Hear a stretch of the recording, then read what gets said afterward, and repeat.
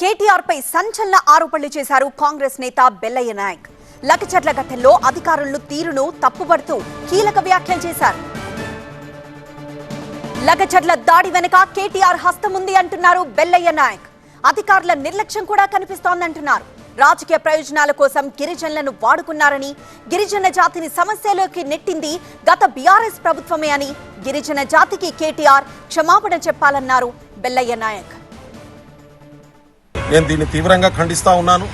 మరి అధికారులు ప్రజల్లో ఒక అసంతృప్తి ఉన్నటువంటి క్రమంలో, ఆవేదన ఉన్నటువంటి క్రమంలో వాళ్ళతో డీల్ చేయాల్సినటువంటి పద్ధతిలో డీల్ చేయకుండా టీఆర్ఎస్ పార్టీ నాయకులు పిలిస్తే గుడ్డిగా వెళ్లిపోయి ప్రజల మధ్యకు పోయి దాడి జరిగేటటువంటి వాతావరణాన్ని తీసుకురావడానికి ప్రభుత్వం అధికారుల తప్పిదం కూడా ఉందని చెప్పి దీంట్లో నాకు స్పష్టంగా కనబడతా ఉంది.